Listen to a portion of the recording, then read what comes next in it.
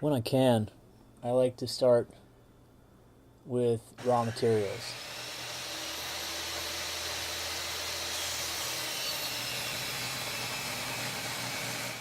So to start, you want to be sure that you pick good straight lumber. That's important. And then it all begins with the whirling blade of death. And you want to make sure like you don't put any meaty, soft objects in the whirling blade of death. It is rather unforgiving. I take 2x6s and split them in half, and then take a nice bevel off of one end, being very careful not to do it wrong. Um, and keeping equal pressure down on the table saw. The bevel is so that your stretcher bars, your lumber pieces, don't press through the back of the canvas, so that there's a nice tight canvas without any like ledges on the back there sticking through. Also, you probably want to use more protective equipment than this. Just saying. Next, you want to, be sure to use that awesome pencil you got from that one guy at the thing, and make sure it's sharp.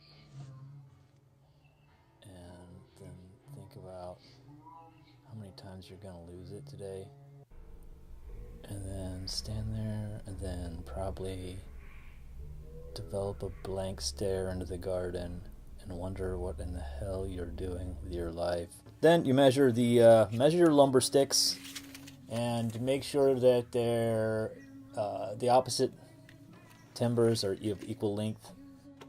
The whole deal is basically like measure, and then measure your lumber, mark it, cut it, glue it, place it, screw it. So that's it. That's all you have to do.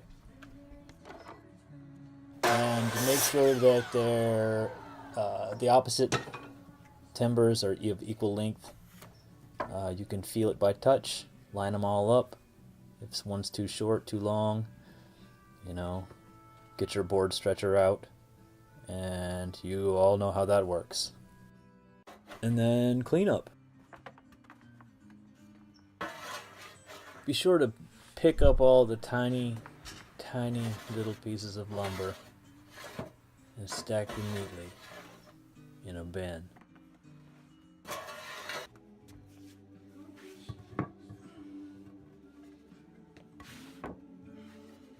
Now we'll start putting this thing together.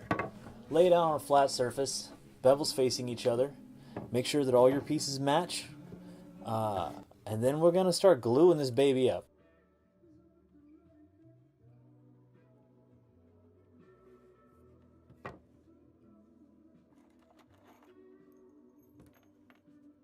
Screws go in at an angle, so you leave greater space on the end of your piece of lumber, so there's a less likelihood of it splitting and ruining your lumber piece.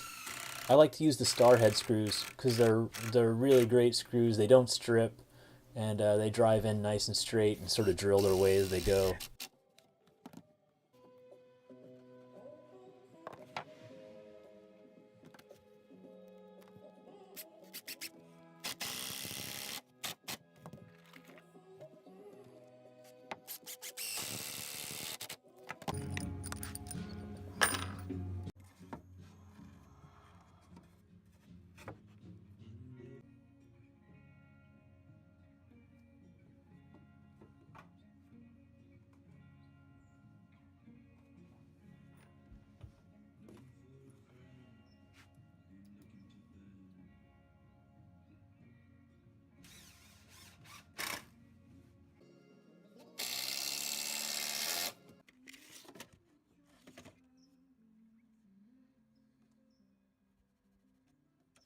You probably want to avoid putting your hands in this thing too. It probably would not be a nice addition to your day.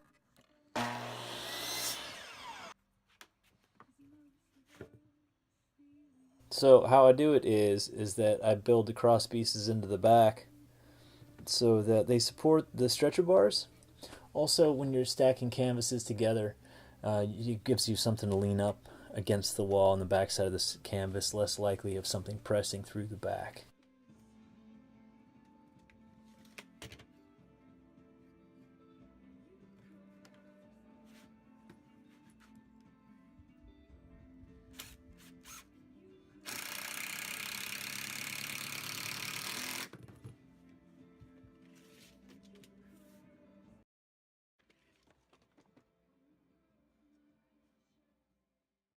Where's my pencil?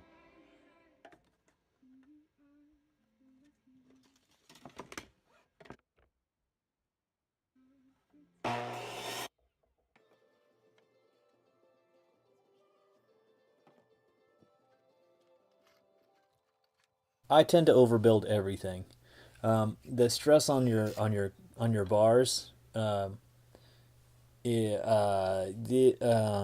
thing is, you don't want any more stress than you do. I don't want any. I don't want any.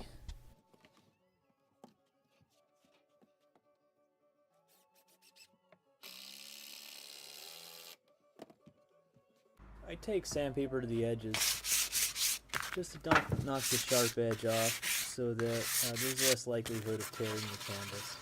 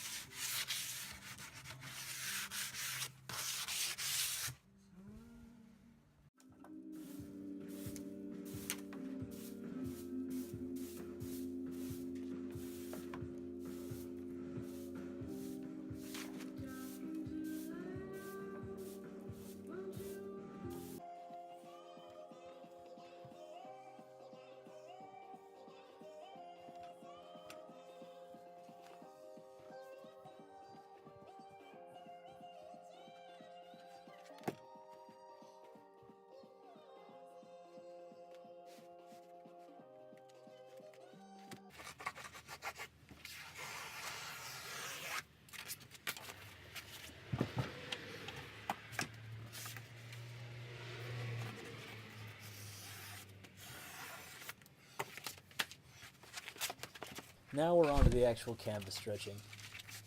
You'll want to turn your canvas so that you're looking at it long ways. What you want to do is draw from the longest distance. You put a staple in, and then do it on the other side, and raising a ridge down the middle.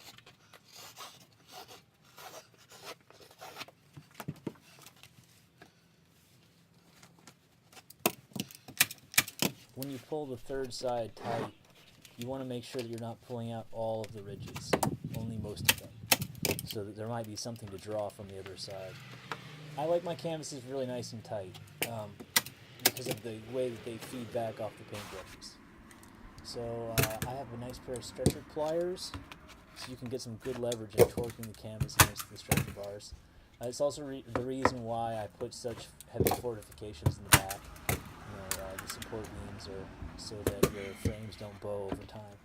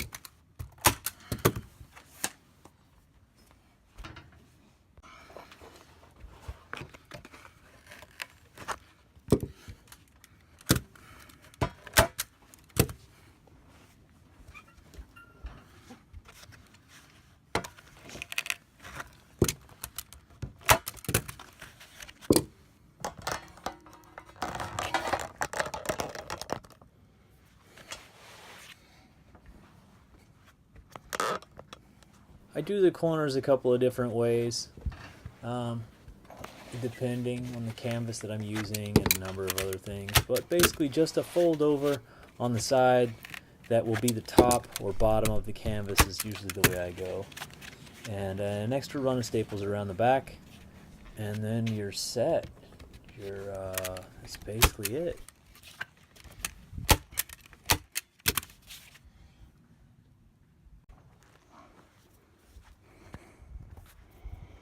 Moment of truth. It should ring like a drum.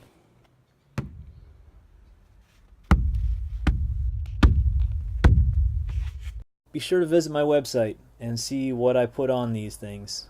That's joshtalbott.com. And if you'd like to see more videos like this, consider making a small donation. Help keep the lights on while I make these. Thanks for watching.